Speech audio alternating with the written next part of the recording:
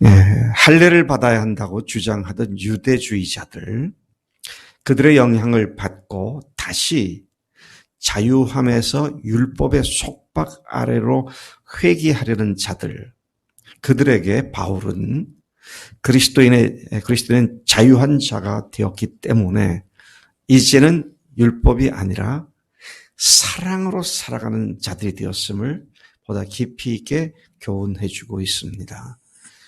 멀쩡히 예수님을 주인으로 모시고 믿음으로 살던 갈라디아 교인들이 유대 지역에서 온 유대주의자들의 거짓된 교훈에 혼돈되어서 교란되어서 할례를 받아야겠구나.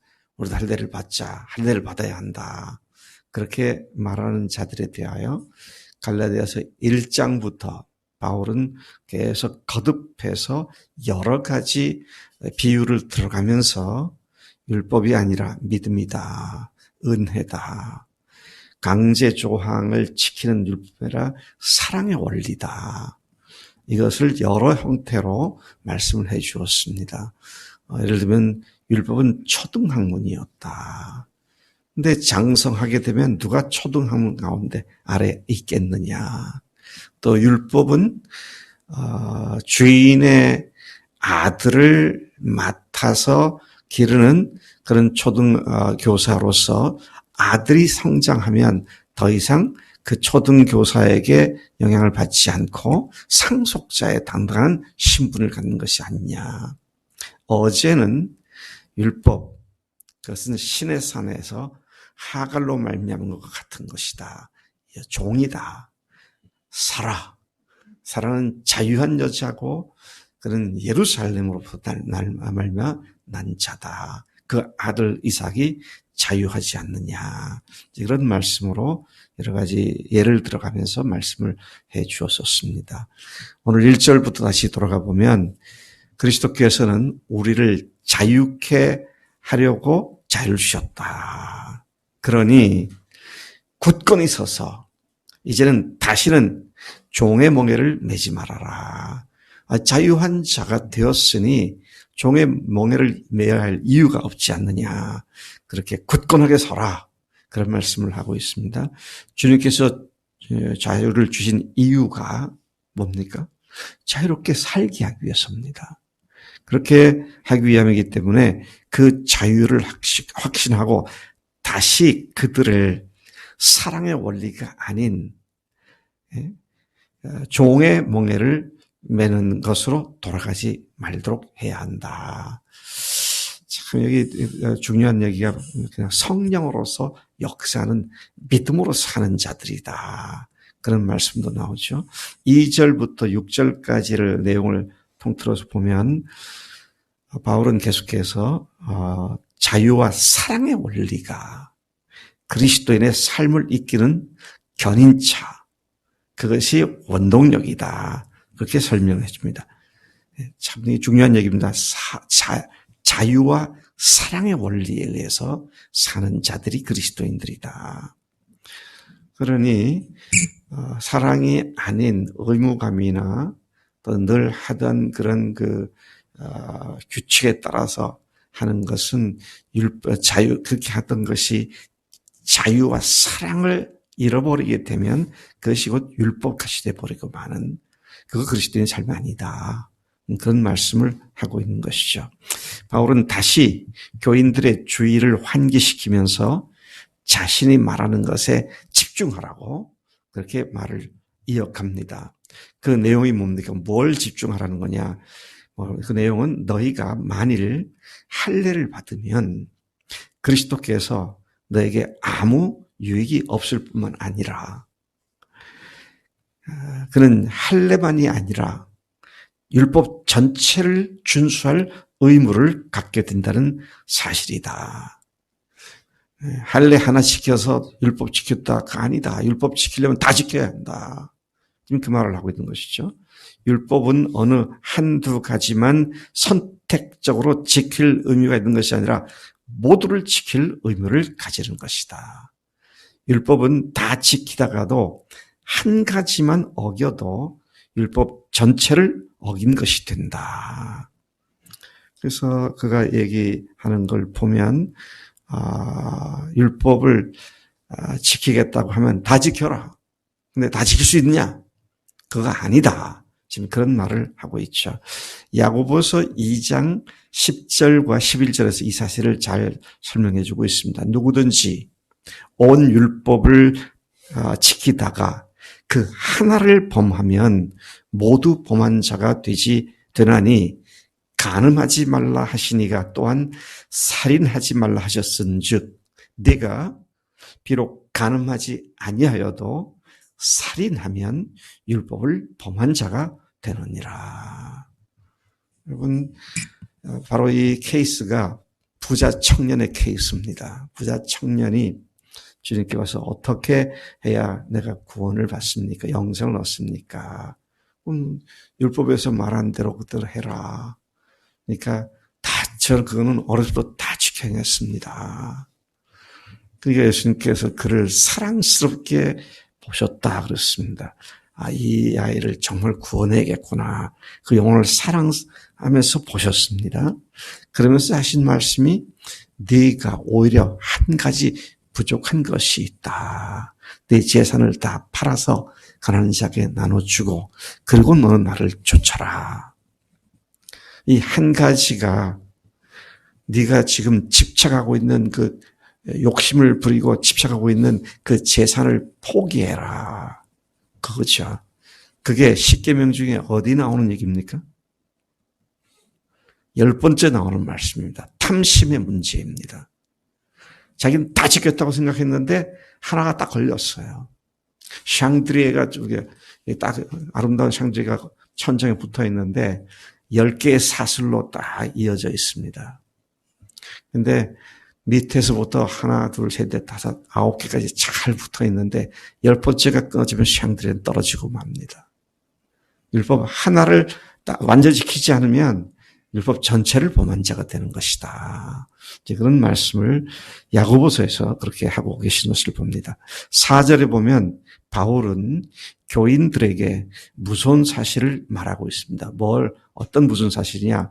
율법으로 의롭게 되는 사람은 그리스도에게서 끊어지고, 이거 얼마나 무서운 얘기입니까? 율법으로 돌아가서 율법적인 삶을 사는 사람들은 은혜에서 떨어진 자다. 복음의 완전 충분성을 부인하기 때문인 것이다 하는 것입니다. 복음이면 완전하고 충분합니다. 근데 거기에다가 뭔가를 덧붙이려고 하는 것은 그리스도의 사랑에서 끊어지고 은혜에서 떨어지는 것이다. 우리의 삶의 기본에 대한 말씀을 하십니다. 우리 삶의 기본이 뭐냐? 5절 말씀 보니까 성령으로 믿음을 따라 의의 소망을 기다리는 것이다 그러죠. 그래서 여러분 무엇을 판단하고 행동할 때 이게 지금 성령님께서 주신 마음과 생각인가? 아니면 내 그 똑똑하고 잘난 머리를 굴려가지고 자기를 정당화하면서 그것이 하나님의 뜻인 줄로 호도하면서 그렇게 하는 것인가? 하나님은 속지 않으시죠. 성령님은 거짓으로 행하라고 하지 않으시죠. 그래서 여기 보니까 우리들의 삶의 기본이 뭐냐? 성령으로 믿음을 따라 의의 소망을 기다리는 것이다. 6절에 예수님의 복음 안에서는 할례 무할례가 아무 의미가 없다. 할례를 받았다고 할례를 안 받았다고 그가 더 의로워지고 그럴 거 아니다. 오직 뭐냐? 사랑으로서 역사하는 믿음뿐이다. 여러분 어떤 사람들과의 관계에 있어서 사랑으로 지금 관계 맺고 있느냐? 아니면 그냥 덤덤한 관계냐? 아니면 분함과 원통함을 갖고 관계를 맺고 있느냐? 근데 답은 분명하죠. 사랑으로서 역사하는 믿음밖에 우리에게는 없다. 그렇게 말씀을 하고 있습니다. 우리는 어떤 의미에서도 일련의 법을 지키거나 원리를 기계적으로 따르는 자들이 아니라 사랑으로서, 이 사랑은 뭡니까? 하나님께 대한 사랑, 또 이웃에 대한 사랑, 사랑으로서 역사하는 믿음으로 살아가는 자들이다. 그렇게 사랑하게 해주시는 분이 성령 하나님 자신이다. 그렇죠. 그 성령님께 드리는 우리의 반응은 뭐냐? 믿음이며 또 그 결과 하늘나라의 도래를 소망하는 것이 우리 그리스도의 삶인 것이다. 그렇게 말하죠. 이대로 가면 정말 하나님의 나라를 내가 아주 기쁨으로 소유할 수 있겠는가? 아니면 그렇게 하지 못하게 만드는 나에게 어떤 것이 남겨져 있지는 않은가? 무엇이 주님의 통치받는 것을 방해하고 있지는 않는가? 생각을 하고 그것을 속히 벗어나서 자유함으로 주님을 섬기고 형제들을 대하는 그런 것이 너무도 중요한 것이다. 그런데 율법으로 돌아가게 되면 다 말짱황이다. 그런 말씀인 것이죠. 우리는 어떤 의미에서도 이 세상에 지상낙원을 이루는 소망을 가진 자들이 아닙니다. 내가 이렇게 해서 이렇게 이득을 보겠구나. 그러면 좋다. 그렇게 하자. 그거 아니라 것입니다. 성령께서는 그렇게 지상에서 잘 먹고 잘 사는 것, 지상에서 폼내고 의시되는 것, 그것을 위해서 역사하는 분이 아니시다. 그런 말씀을 여기서 하고 있는 것이죠. 그 사실을 믿는 믿음이 바로 우리들의 믿음인 것이다. 원리가 아니라 율법이 아니라 일종의 조항이나 억지로가 아니라 자유함과 사랑의 원리로 하는 것이다. 그래서 여러분 뭘 하든지 그게 주님께 대한 사랑의 동기인가 나를 사랑해서 하는 건가 참 깊이 생각해 봐야 합니다. 그런데 분명한 것은 주님은 안 속으시고요. 나는 나를 속일 수 있어요. 자기 암시를 해가지고 속일 수 있습니다. 이게 무서운 거예요. 그 양심이 잘못하면 화인 맞게 되는 그런 일일 수 있다. 지금 바울이 율법으로 계속 돌아가는 자들에게 너희들이 이렇게 되면 안 된다. 성령으로 사랑의 원리에 따라서 믿음으로 하는 것이다. 계속 그렇게 말하고 있는 것이죠.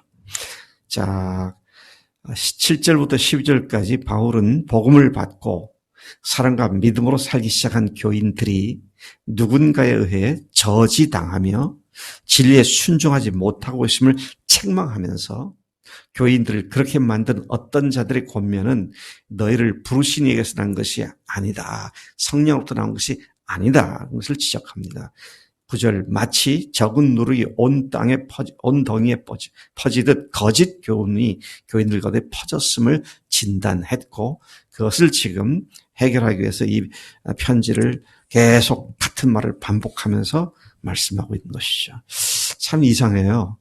우리가 매번 그걸 경험하는데 이사야서를 읽을 때 하나님께서 한 가지를 지적하시면 계속 끝까지 반복해서 말씀하시고 시편을 또 읽을 때는 거기서도 같은 말씀을 계속 반복하시고 갈라디아서도 마찬가지예요. 1장 1절부터 지금까지 계속 같은 말씀하세요. 그런데 못 깨닫고 회개하지 않으면 멸망할 수밖에 없는 거다. 참 우리가 정신 차리고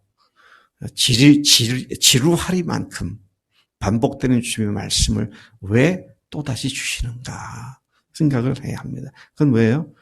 은혜로서 성령 안에서 사랑의 원리 가운데 돌아오게 하시기 위한 주님의 뜻이 있다는 것이죠. 10절 바울은 교인들의 근본 신앙을 여전히 신뢰하면서도 그들을 혼란스럽게 만든 자들을 그가 누구이든지 반드시 심판받을 것이라고 말하고 있습니다. 11절 바울은 자신이 계속 할례를 받아야 한다고 전했다면 이렇게까지 자신이 핍박받을 필요가 없었을 것이며 만일 자신이 그렇게 처신했다면 사람들이 십자가 복음 때문에 부딪혀 넘어질 일도 없었을 것이다. 왜? 율법 지키면 되니까. 근데 아니다, 십자가다, 부활이다. 그러니까 율법이면 되지. 그러면서 이제 걸려 넘어지는 그런 것을 얘기하죠. 자, 이제 바울이 결단을 12절에서 촉구합니다. 너희를 어지럽게 하는 자들은 스스로 베어버리기를 원하노라. 그런 자들과의 교제를 단절하고 더 이상 그들과 접촉하지 말라고 하십니다. 우리를 믿음 안에 바로 서지 못하게 하는 것과 또 그런 사람들을 때로는 과감하게 끊어버리는 것이 필요하다. 그런 말씀을 하시기도 한 것입니다. 네 눈이, 오른쪽 눈이 범죄면, 한쪽 눈이 범죄면 그 범죄하게 하는 것을 뽑아버리라. 범죄한 팔을 베어버리라. 자, 이런 것들이 다 이 원리에 학속하는 말씀인 것이죠. 여기서 한 걸음 더 나아가 바울은 형제들이 자유를 위해 부르심을 입었지만 그 자유를 핑계로 방자하게 행하지 말고, 여기서는 육체의 기회를 삼지 말고, 구원받았으니까 뭐 됐지. 이게 얼마나 위험한 일인지 몰라요. 네. 그렇게 말하는 사람들 정말 구원받는지 한 번쯤은 의심해 봐야 합니다. 왜? 은혜를 욕되게 만드는 것이 되고 말이니까 말이죠. 그래서 여러분, 우리가 정말 두렵고 떨림으로, 그래서 저는 하도 저도 그랬었고, 그런 구원받았다고 하는 사람들 중에 그런 사람이 너무 많아가지고, 제가 내리는 결론 중에 하나가 뭔 줄 압니까? 도대체 구원의 확신이 그리스도에서 무슨 필요가 있는가? 이런 생각도 하게 돼요. 네? 정경래 자매, 결혼한 지가 지금 23년? 현수 생각하고 내가 딱 연도를 맞춘 거예요. 요즘도 23년, 결혼한 지 23년 지금도 내가 강선일 씨와 결혼했음을 나는 확신해. 그런 생각을 한다, 안 한다? 안 하죠. 그게 뭘 필요 있어요. 뭐 얘기하다 보면 결국 끝에 가서는 그래도 구원은 받았지만 이러더라고요. 지금 그게 무슨 소리예요? 아니죠. 왜 아닙니까? 이미 끝난 얘기를 갖고 왜 자꾸 또 끄집어내냐고요. 끝났어요. 어떻게 해요? 단번에 모든 죄를 완전히 영원히 사주시면 끝난 겁니다. 근데 뭐예요? 오늘 여기서 계속 얘기하는 게 뭡니까? 사랑의 원리 가운데 있지 않는 것이 문제라고 해요. 그 주님을 사랑하기 위해서 정말 몸부림치면서 울부짖으면서 하나님 그 사랑에서 여기 보면 끊어진다 그랬어요. 떨어진다 그랬습니다. 그렇게 되지 않도록 붙잡아 주십시오. 그게 지옥이에요. 그게요. 그래서 여러분, 우리가 초등 학문에 매여 있는 복음을 알아도 초자에 있지 말고 이제는 성숙한 자리에서 성령님의 인도하심을 따라 사랑으로 믿음 가운데 우리가 서야 한다. 참 이 말씀을 제가 이렇게 보면서 참 이렇게 단순한 건데 사람들은 왜 그렇게 은혜를 자기 변명의 기회로 빠져나가는 것으로 삼고 있는가, 이런 생각을 하게 되는 것을 봅니다. 14절, 결국 하나님의 말씀인 온 율법의 요구가 어떻게 이루어지는가? 그 율법의 요구가 어떻게 이루어지느냐? 내 이웃을 내 자신같이 사랑하라 하신 말씀에서 이루어지는 것이다. 15절에 그렇지 않으면 교인들 간에 서로 물고 먹으면 피차 멸망하게 되는 이것을 조심하라.